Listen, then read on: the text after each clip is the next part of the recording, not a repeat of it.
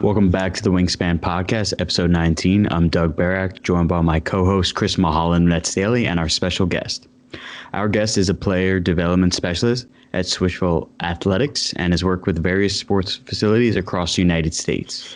We welcome Jordan Boatwright to the podcast. Thank you for taking some time out of your day to join Doug and I. What's going on, man? Hey, what's going on? How are y'all? Not Doing too bad. pretty good. How about you?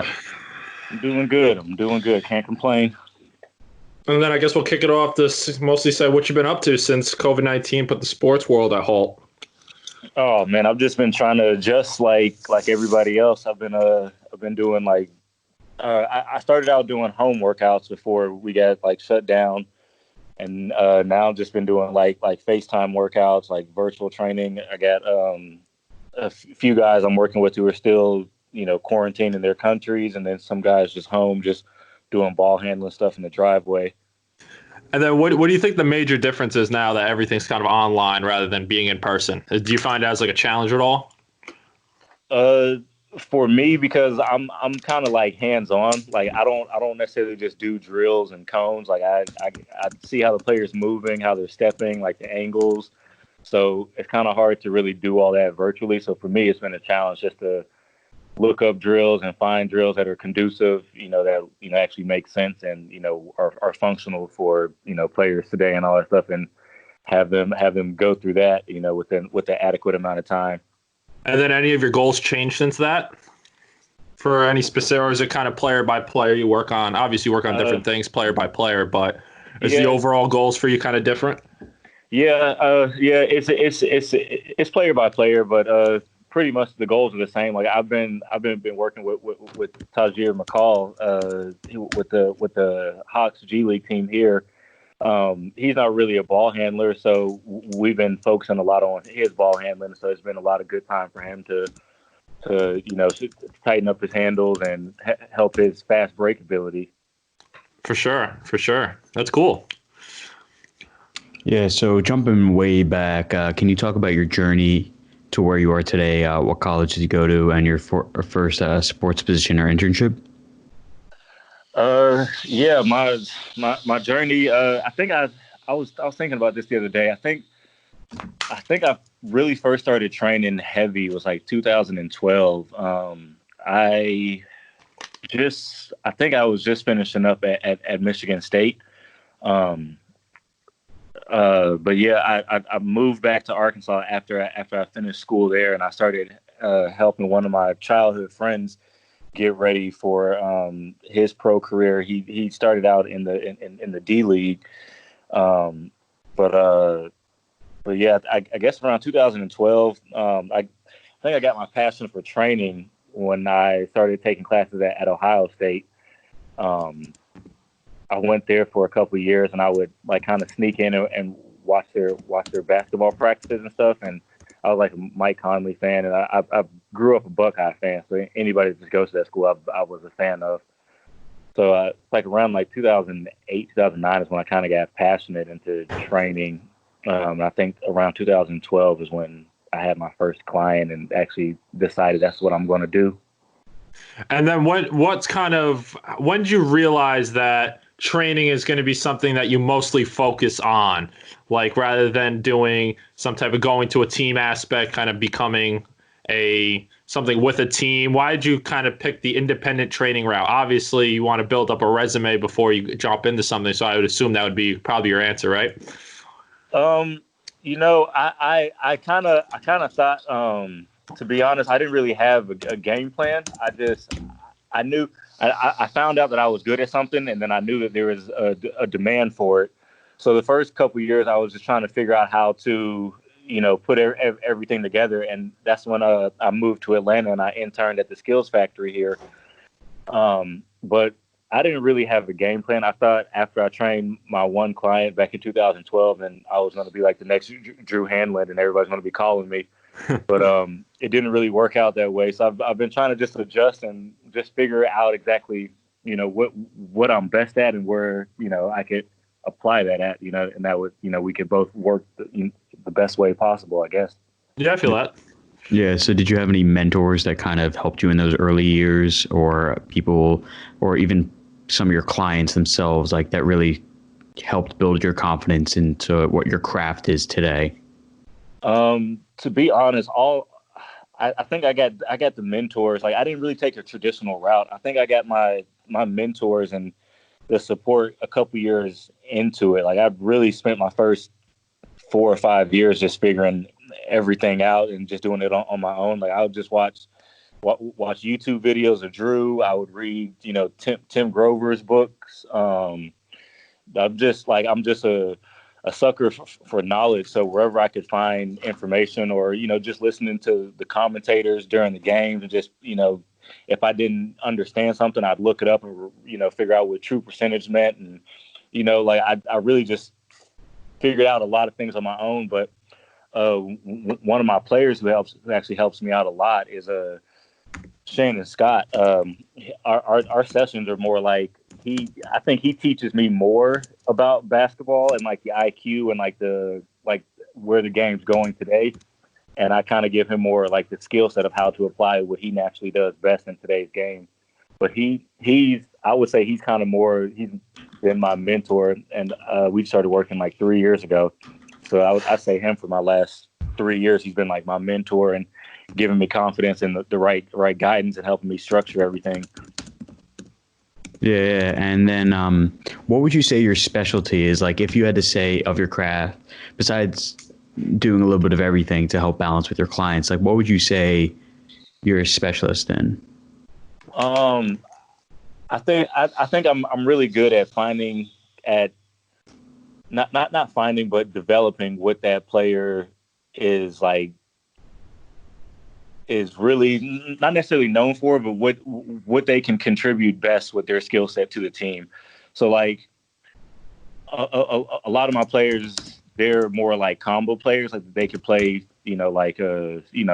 multiple positions.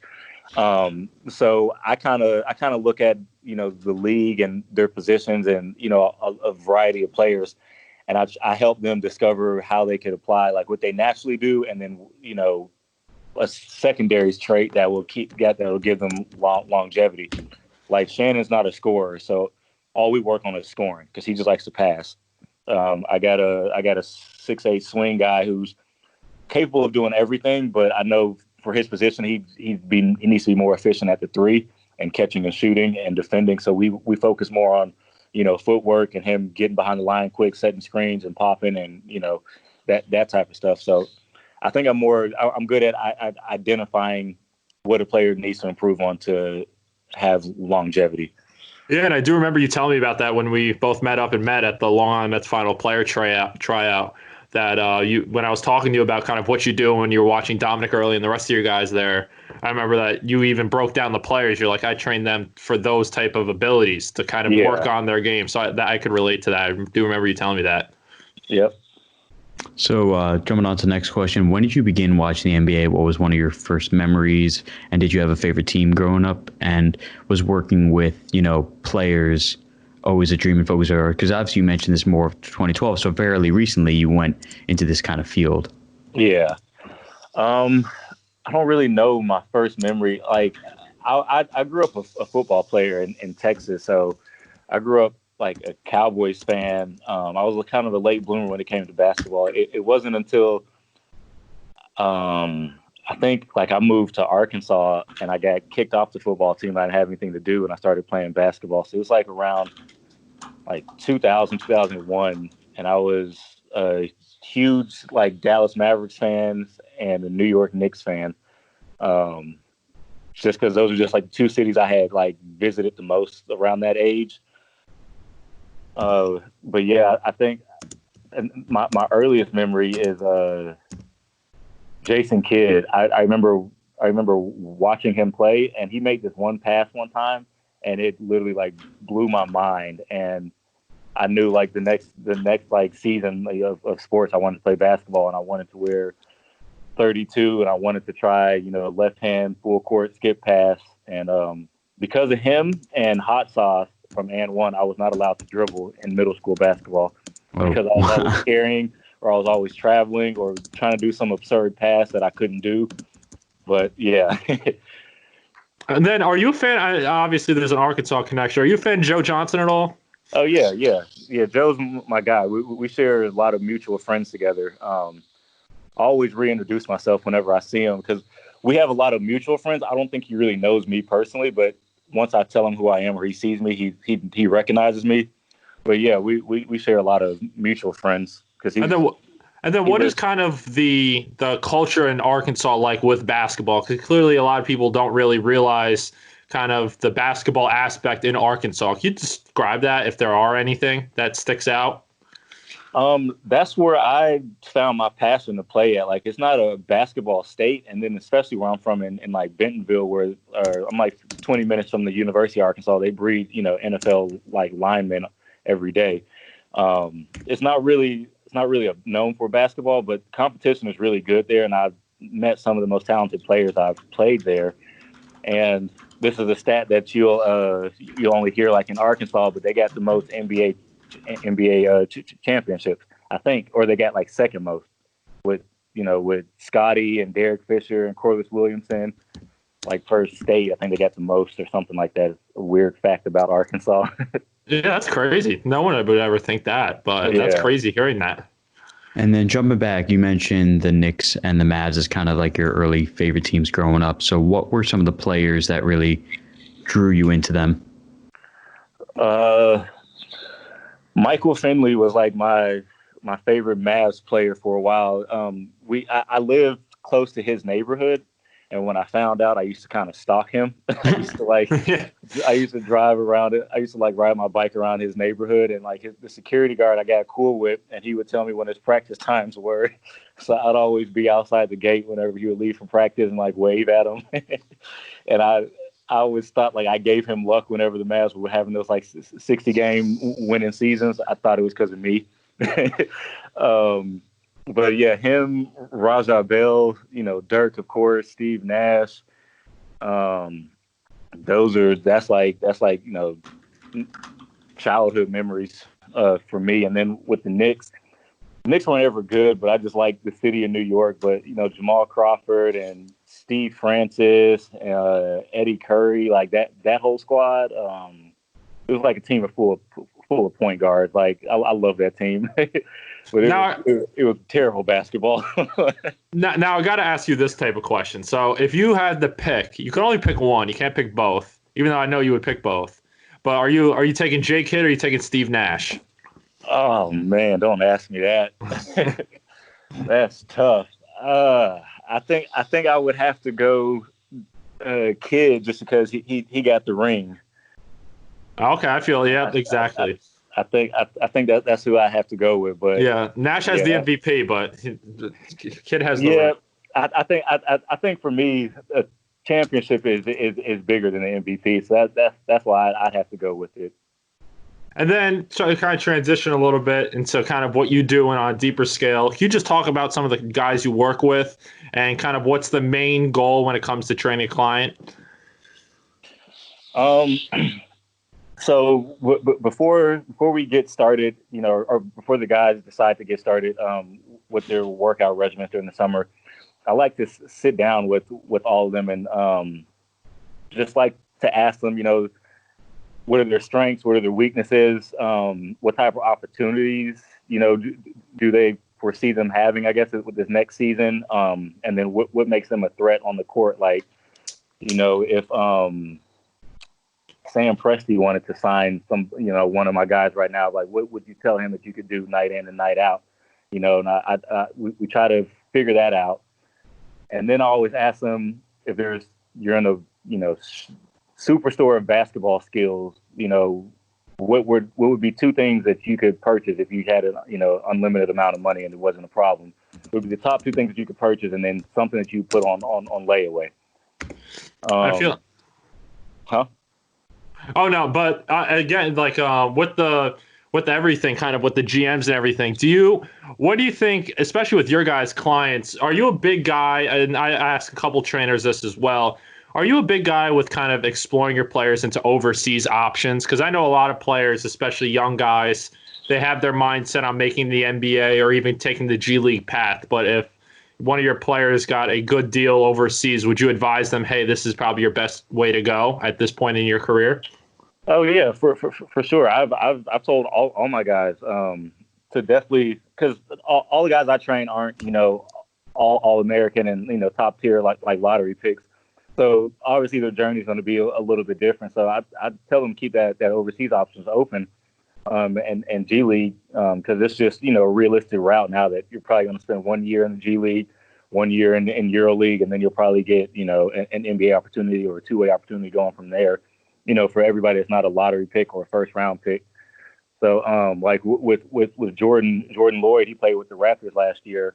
Mm-hmm. Toronto wanted him to come back on another two-way contract, but a team in Spain, Valencia, they offered him a lot more money, and Toronto had actually signed one of the players from Valencia this season. So I told Jordan, I was like, it's obviously a respected league, and then a lot of NBA players like Greg Monroe and Shelvin Mack and just a lot of other players are in that league as well too.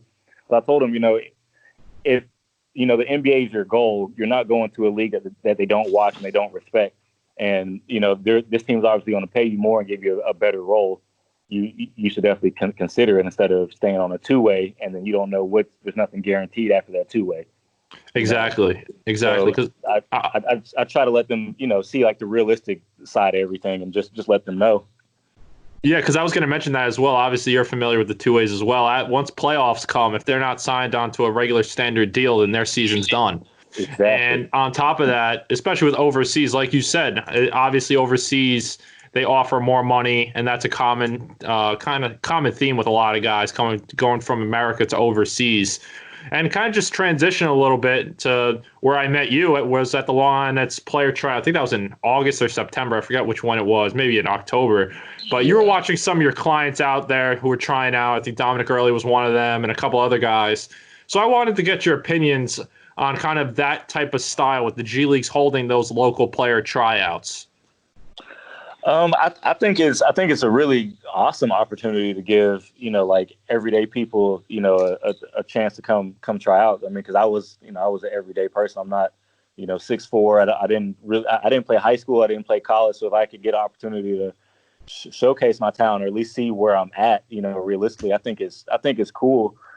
I just don't know how invested the G League is at trying to find new talent. So I just don't know if it's like the best use of your time to be trying to try out for these local tryouts without an agent or without any type of basketball background or some type of support. But I think that having the opportunity is cool enough. Like that's a dream come true for a lot. Yeah, and then if you want to share as well, what kind of your players thinking about this as well with the opinions of G League teams holding those local player tryouts? I remember when I was talking to you there, you were kind of going all over the country at that point, I believe, if my memory is correct. So what's kind of your players' opinions on those tryouts? Each player is different because everybody's coming from a different background. Some have agents, some have, some don't have agents, and some might have agents that have connections with other players or something. So I know the players I dealt with. Everybody's situation was different. Like we were invited from a couple agents and coaches to come to one tryout. One trial we just saw we did the numbers game of just how many players had signed and released. So we took a chance out there. Here in Atlanta, I've had a couple players in and out with the Hawks G League, so I felt I had kind of a rapport with the front office at least to keep an eye out on some of my players. But just their experiences, they definitely got exposure out of it, and I know they were definitely happy about it, but the opportunity didn't really present itself for them, so they felt some type of way about it. They felt like it was kind of a personal attack, but I just had to let them know like it's business, really, Yeah. Mm-hmm. But Mm-hmm. I know for players who started their career overseas and then coming to the States and then having that opportunity for a G League tryout.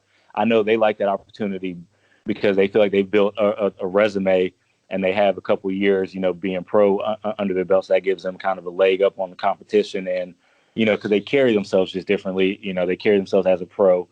So I know those guys appreciate it versus the guys who are just coming out of college and just kind of shooting it in the dark, not really knowing, where they're going to go. Exactly, because I was going to bring that up as well, that I noticed that at the that's local player tryout, there was a lot of players that played overseas or had a track history of playing overseas rather than guys coming right out of college and stuff. So I could agree on that point. Exactly. Yeah, so then being someone who trains high school talent as well, what are your opinions on the G League bringing in players like Jalen Green? Do you think the NCAA is in trouble with the new option allowing high school players to be able to G League instead of college, even though they recently announced some loose restrictions going forward with profiting off of their own, brand? Oh, okay, yeah, I didn't know about that last part. I think it's pretty cool that the G League is allowing high schoolers in. I think the NCAA is definitely in trouble because the NBA seems like they're trying to keep everything, within the states and within their organization, which is cool because I kind of always thought it's counterintuitive if you have these big name, high school talents like Jalen Green or LaMelo Ball, and then you allow them to go to a different country, and then you got to send scouts over there to go watch them and report on them when they could all stay stateside and keep everything within the NBA family or whatever. But I think it's cool. I think Darius Baisley was one of the first people I feel like it's kind of doing what Jalen Green did. Not necessarily the same way, but he had the internship with New Balance. I think. I thought that was pretty cool. I like what Terrence Ferguson did, how he went to Australia for a year, but I like that the G League is now trying to keep all the talent here. I was trying to advise my nephew to see if he qualified as one of those top recruits. His name is Caleb Murphy. He committed to South Florida, but he was one of the top players in the state of Georgia as well too. But he committed like super early, like before the G League had talked about this.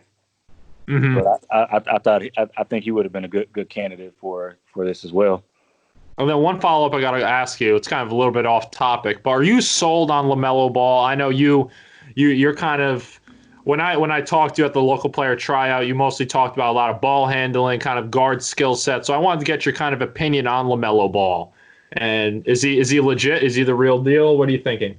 I haven't seen enough yet, but like what I have seen, like his composure and he looks really solid. I don't understand where he was fit in the first like 4 or 5 picks, because I don't think it was a good fit for him. But I think he definitely has the skill set to be a problem. I'm just not sure. Like I said, I'm just not sure like what his style is yet, and I haven't seen enough of him to really gauge that. But what I have seen, he definitely does look solid. Yeah, because you're right there. Because when I was evaluating LaMelo Ball, I've been covering him and kind of watching him since he was a freshman and even an 8th grader in high school, just off YouTube, House of Highlights and everything with Chino Hills. And the thing that a lot of people kind of overlook with LaMelo, obviously you see with the family background he comes from and having that dad figure, being the outspoken dad. And then he's got the older brother Lonzo, who's kind of finding himself in the NBA right now with kind of the new home in New Orleans. But the one thing that a lot of people don't realize is this kid's kind of had the spotlight on him since he was a ninth grader in high school. So it's not like many things are going to kind of erupt him, especially with his unique path. When he went to Lithuania, Australia, he kind of went all over instead of going through high school. So that's kind of my opinions on him. I think I'm not too sold on him yet, but I think that he's going to turn out pretty good. But like you said, his style is kind of unique. There's not like he kind of just chucks up threes. He's a crafty passer and a crafty driver, don't get me wrong, but I don't see how those kind of skill sets are going to fully translate into an NBA level where guys are getting paid to do this. Yeah, exactly. I'd like to see more of him and his brother Jello. Yeah, Jello. I keep hearing he's a scorer, so I'm really interested into seeing how he pans out, because I don't think he has the normal fit to be just a pure scorer. I think he's more like a point guard size. But if I've been hearing he could definitely catch on fire. So I'd like to see more of that too, to see exactly how he'd fit, in the G League or in the NBA or whatever league he goes to. Yeah, because Jello's unique. Because when I watch Jello, he's obviously the biggest built one out of that whole Ball family, besides from the dad, but at least with the kids aspect. And he's a 3-point shooter. He drives. He kind of does everything. And at least when I've been covering from the Facebook show, the Ball in the Family, covering their whole family, and then the highlights on Ball's Life, House of Highlights, you notice that he's more of a he's kind of positionless, but he's also could be like a solid stretch 4, stretch 3, but at the same with his size. So it's going to be interesting to see how he turns out. I know he's got ankle issues in the past. I know he went to Oklahoma City's G League team, but he was only on the practice squad and stuff. So like you said, I'm interested to see kind of what he's kind of is. He's kind of like not an oddball right now, but at the same time, you could see, all right, he may be one of those guys that just need an opportunity to kind of show himself and kind of just give him leeway and see what he could produce for sure. Exactly. And then one thing I also wanted to get your comments on is the current NBA. This podcast episode is brought to you by Anchor. Anchor is an app that allows podcast producers to record and create original content. It is free to record and create a podcast, giving producers the ability to easily edit their material off their phone or computer. Anchor allows producers and talent to make money off their work with no minimum listenership. Anchor will distribute your podcast for you on platforms such as Apple Podcasts, Spotify, and many more. To get started, Anchor app or go to anchor.fm. Anchor for Doug and I has been great and allows us to bring unique, creative, and opinionated content to listeners of the Wingspan Podcast. So what are your thoughts on the NBA looking to reviving their season with the plans of Disney World being the host location? You could definitely ask like some of my friends and clients. I've been talking about this for like a month and a half already. Like I've been saying that they need to either do it in Disney or in Vegas, like they did the G League tournament. But I'm like the conspiracy buff in my circle, so I've been hoping that that's what they do. I think that would be great if they could finish off the last like 18 or 20 games and then do like the playoff format, like the first round, like maybe like a 3-game series or 5-game series, and just try to have at least the finals by like 4th of July weekend or something like that. Like start the finals by then.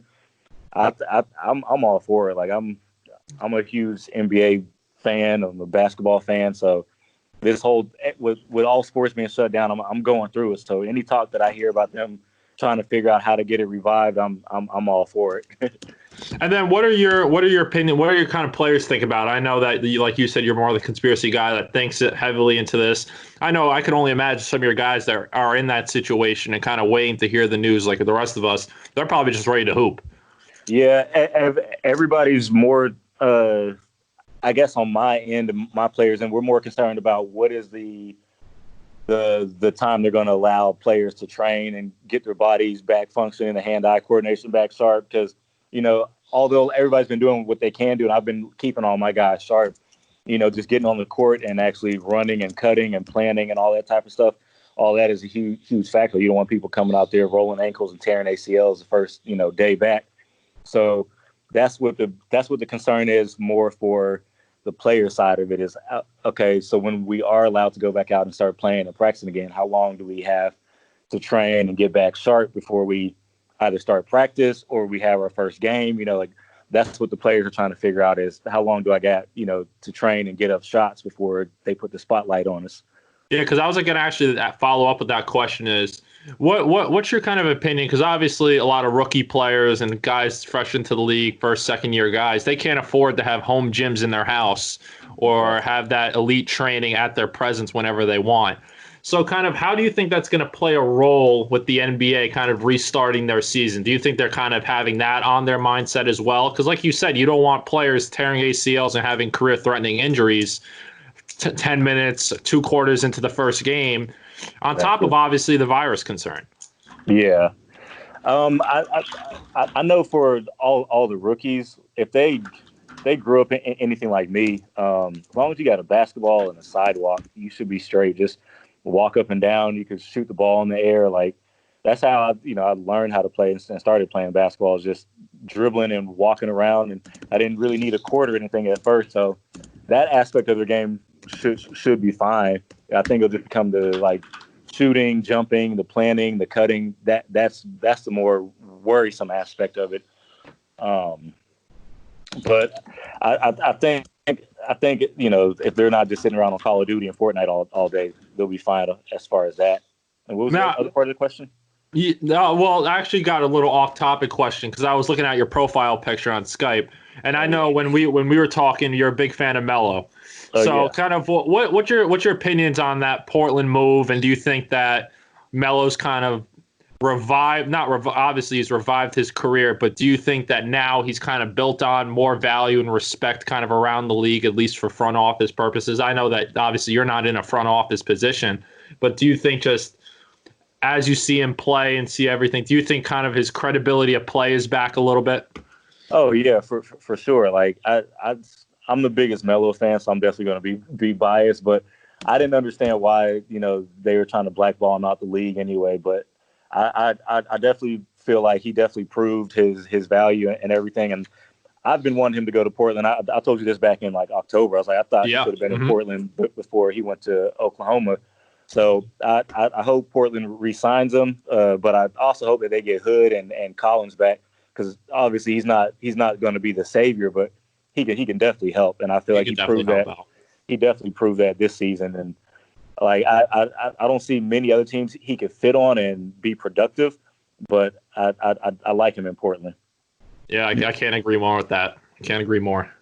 Yeah, so switching gears a little bit. So what are your thoughts on The Last Dance, and what have been some of your favorite moments of Jordan and that Bulls team, or even from the documentary itself? So like I told you, I was just telling somebody, like, I didn't really grow up like watching Jordan and all them, but when I like the type of person I am, like when I get into something, I like to look at the background of it, and like the lineage and the history of everything. So when I started watching basketball around like 2000, 2001, Jordan, I think, was making that transition to the Wizards. So that's when I went back and started watching all of his games and started collecting a lot of his stuff. But I think the documentary is great. Like I'm not surprised about, his character, his demeanor, because that's kind of how I grew up. Like, you're not supposed to be friends with the competition. You're supposed to win at all costs. So his mindset is kind of really how I grew up. So people, being shocked that he was rude or, an asshole or whatever, like, that's kind of, I don't see him, I don't label him as that. I just think that's just the competition side of it. But I think the documentary is great. I've had an opportunity to watch all 10 episodes, but I'd like to watch it live and actually, like, be a fan and witness it. Like, gives me something to look forward to, especially, with nothing to do right now. Yeah, no, definitely. I mean, I can relate on that same thing. I didn't really grow up watching the Jordan era, let alone basketball, until at least a decade or two after that. Very recent, like the move to Brooklyn for the Nets. So I find it so fascinating, all these things. I mean, load management, had its own spin back then with 48 hours plus in Vegas. That's so what amazing. were kind of your thoughts on those kind of unique stories that you may, like, not having social media, then news coverage back then was a lot more different. So what are some of your thoughts on that bit? I think that was pretty cool. His load management is 48 hours. Like, I like that aspect. And I'm not a fan of social media. I just have to use it, for business or whatever. But everybody knows, like, I don't really care too much for it. But that's why I feel like that's why players could get away with everything they got away with back then, because they weren't trying to broadcast their every move and step like that. But I completely get it. Like, my guys know, like, during the summer, I go kind of balls to the wall for them, and I'm working like around the clock. But I've got my schedule where I take Wednesdays off, so we go Monday, Tuesday, Thursday, Friday. So like Tuesday, when my day is done, everybody knows not to contact me until like Thursday morning, like 3:00 in the morning, as early Thursday morning, because Wednesday I take my time and I'm physically like here and in the city, but I just decompress and I just relax and take my time off, because in the past when I've just tried to work Monday, Tuesday, Wednesday, Thursday, Friday, I'm burnt out by like Thursday and I'm giving half-ass effort. So when I take my Wednesdays off and get my mind straight or whatever, I could definitely finish off the week a lot better and a lot smoother. And I feel like my clients kind of like that for themselves too, because it gives them a kind of a day off to kind of just get right, get mentally focused, and finish off the week strong. Yeah. So let's say one of your clients decided, I need 48 hours in Vegas before our next session. What would be your first reaction? Like, what would be some of the thoughts that come to mind? Can I come? No, I mean, I definitely would respect it. I mean, because I told Chris this, I'm selective with who I work with. So, like when, like if the season ends in April, like if they didn't have playoffs, whatever, their season's in April, my guys usually come home for about 2 to 3 weeks and they won't touch a basketball, won't do anything. And then about the second, third week, they'll come in and just kind of start to dribble. But around June, from June to August, all my guys are like in playoff mode, like LeBron's Zero Dark 23 or whatever, like they're focused. So if anytime during that aspect they needed to take time off, I would respect it, because when they're here, they give me everything. Which is why I give them everything that I have. So I would understand it. If it was, a bench player, then, no. If you got the platform, you could take the time. Exactly. And then if you come back and you're as fresh as Dennis was, and I'm not going to say nothing to you at that point. It is quite impressive. That's a unique athlete right there. That's just impressive. Yeah, there's not a lot of people who could probably do that in this day and age. Exactly, right? So switching gears just a little bit. So LeBron recently teased a new Space Jam logo. What are your early thoughts on the sequel? I've been so hot and cold with this, because that's my feeling as well. Yeah, I just don't know, because like we're watching it with this Jordan doc. Like those people, like Jordan and Isaiah and Bird and all them, like they really did not like each other. Like they were not friends. And even whenever, he came out with Space Jam, you could still, there was still tension between everybody. They just all came together. But it's like this Space Jam, like I think the concept is going to be cool, and I think it's dope for the kids. But I just think everybody's too friendly, and I'm not sure how they're going to do it. And like I'm just kind of hot and cold. Like I don't want to place an opinion on it before I see it. But you ask me tomorrow, I'll probably be in love with it. You ask me the next day, I'll probably hate it. I'm just hot and cold right now with it. Yeah, no, it's definitely a generational thing. Like I can't even figure out who his antagonist would be, because I didn't even notice the whole thing with the Jerry Krause thing with Jordan. Now I can't unsee it. Like that guy, that's him. So I can't figure out who will be for LeBron. Like who's his real villain besides, the person who takes away his Taco Tuesday. Exactly, right? So that's what I'm just not getting. Then they're going to try to like villainize somebody. Like I feel like Blake Griffin's going to be one of the bad guys. Like it just doesn't. It's not going to fit right with me. No, because that's my opinion on it as well. Because like you said, everyone's buddy nowadays. It's not like back then where it's like, all right, we could go out to dinner when we play game days, but on game day, like I'm going to kick your ass. It's not like one of those things anymore. It's more of like you look at the original Space Jam of Sean Bradley, Charles Barkley, Jordan, Bogues, Patrick Ewing. Like you name the guys. Yeah. Like you realize that Jordan held most of those guys to no rings. Yeah. So the animosity for him was there. They just did not like him. Now you look at LeBron and guys like I think Anthony Davis is in it. I haven't really totally looked into like the characters, like who they're going to be. I don't think they even released that.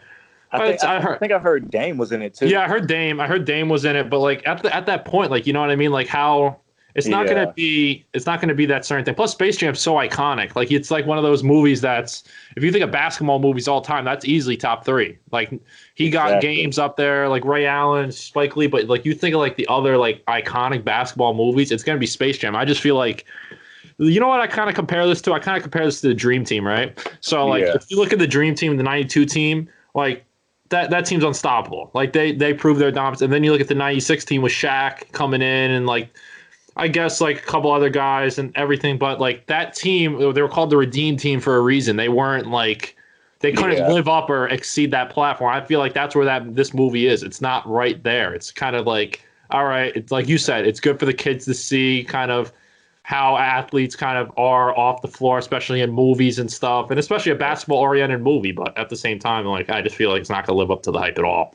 I completely agree, because one of the most, iconic, I guess, moments of, Space Jam is when, the whole Monstars was grabbing on Jordan, and he did the Jordan logo and extended out, and dunked it. But I'm like, I don't see like that moment happening in this Space Jam with LeBron, because his logo isn't iconic like that to me. Or it's like, what are they going to do to have that iconic moment, that every kid is going to remember, 20 years after they've seen it. Like, I still remember Jordan stretching out, and when he did the logo, I was like, oh, that's where the logo came from, because that's where I thought it came from in my head, when I was watching it. But, so it's just like moments like that. And then, like when he was golfing or he switched to baseball, it's like, what's LeBron going to do? Like what's the storyline going to be? Like, I'm just hot and cold. Yeah. And then, go ahead, Chris. And then I gotta ask you this, because I think we talked about this at the training camp. Are you an MJ or LeBron? Go. Just simple as that. Oh, MJ. Okay, you're MJ. Okay, yeah. I thought you were gonna say LeBron for a second. I thought like no. I thought you were gonna be like one of those guys. This is how I view it, right? I was just thinking about it. I always talk this about my friends. LeBron is the most gifted type of like athlete we've seen on a basketball court, just because of like his strength, his size, and everything. And then you kind of just look at MJ. He's like, okay, he's like the most athletic, and he molds the game of basketball. Like, he's the best basketball player. That's how I see it. Yeah, I agree with that. Like, my best friend, she's like the biggest LeBron fan ever, and she's always asking me, like, do you think he'll be considered the GOAT or the best player ever? Like, I think LeBron will definitely have all the statistical awards and categories when his career is over, but Jordan's always going to be the greatest, just because like 6-0 in finals, like nobody is going to do that. And Shannon and I were just talking, when he won the scoring title, like in '86, he only took 19 threes within that 2-year span, and he averaged like 36 points. So if you just break it down in today's game, he would easily average another, 10 to 12 points, adding the more possessions and him just shooting more threes frequently, even at his percentage. He would even easily average another 12 points. And this is what people, arm barring him and hand checking him, and you can't touch the offensive player today. So it was like, if you blow on LeBron, he's flopping. Yeah, and then I gotta ask you too, are you a fan of what if type of questions and debates? Are you a fan of those, even though they aren't going to happen? Yeah, always down for those. Okay, yeah, because I'm the same as well. Because, like, I see all these type of guys, especially on Twitter, they're like, why are we talking about what ifs if it's not going to happen? Yeah. Well, at the same time, hey, listen, there's no sports going on, so might as well throw out anything you want to talk about. Exactly. And on top of that, I'm a fan of what ifs, because at the same time, it's interesting, because then you get to dive into deeper research and find things that maybe someone hasn't found before. Agreed. So that's my opinion on that. Me and Shannon were just talking. I told him... I was telling him if Larry Bird never played, then Joe Ingles wouldn't have a career either.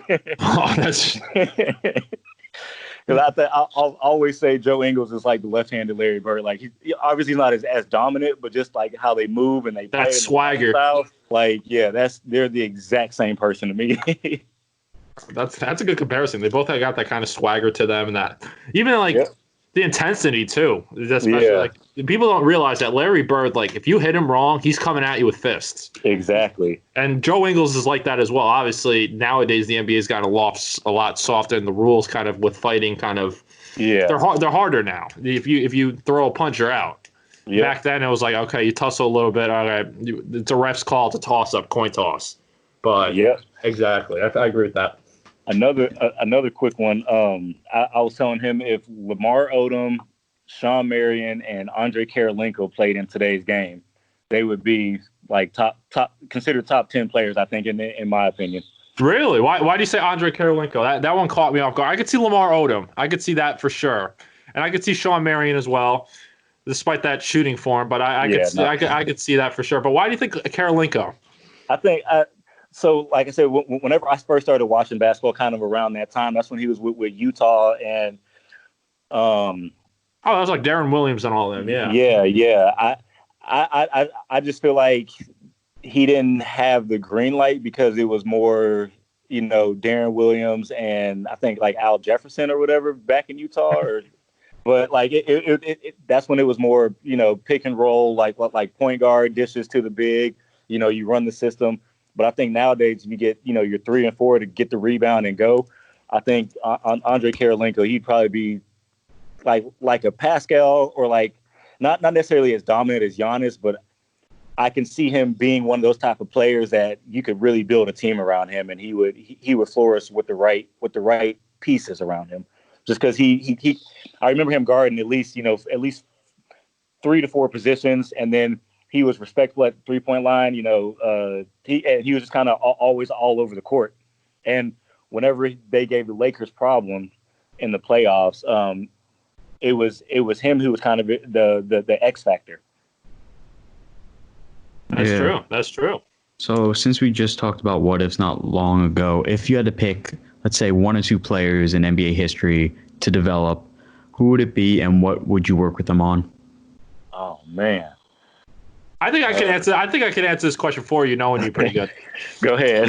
I think you're a Jason. I think Jason Williams would be an interesting fit for you. Oh yeah, for sure. I would definitely love to work with somebody flashy like that, because that would just be fun. Just to hear how they see the game, and then to apply what I do to build that foundation and just to make it make sense on the court. I think that would be fun. And then I think really any small forward, because Shane and I were just talking about Kendrick Perkins, top 5 small forward list, and it made me realize how valuable that small forward position is. So I think if I could just get my hands on any small forward with like a good franchise, I think I could definitely help to possibly bring some rings there, make them definitely competitive. Because I think having somebody who's kind of in the middle of size wise and then is capable of doing everything, the more skilled and more the more that you could add to his weaponry, I think makes the team more dangerous. You put a talented guard around him and a solid big, and then you could just interchange the other pieces at that point. That's true. And then that's interesting about Kendrick Perkins, because people don't realize that this guy was a force. Even though he's got a lot of memes to him, especially with like some plays he made throughout his career that stuck out. But people don't realize that, hey, if the Celtics had him when they faced the Lakers the second time, I think that was 2009 when Kobe won. Yeah, he was out Game 7 with an injury. But if he played, the outcome they could have went back to back. And both Paul Pierce, KG, Allen, they would have had 2 rings at that point. I completely agree. I agree with this whole list except Paul Pierce being, the 5th best small forward. But I understand why he put him there, because there is a little Twitter poll for the Raptors best guards, and I definitely put like Jordan Lloyd was better than Kawhi and Vince and T-Mac and everybody else. So I definitely get it, but. Yeah, that's true. Well, Jordan, man, I thank you again for hopping on, taking some time every day to talk to Doug and I. Really appreciate it, my man. Hey, I appreciate this opportunity. This was definitely fun. For sure. No doubt. Well, we just hope you and your loved ones stay safe and well, and look forward to talking with you soon. Of course, man. All right, Chris, time to give the closing remarks. Yeah, guys, remember to feel free to send over any suggestions, questions, comments, or thoughts on any of our content by sending an email to wingspanpodcast@gmail.com. And do not forget to follow us on Twitter, Facebook, and our Instagram accounts. And finally, make sure you subscribe to our podcast on your preferred listening service. And as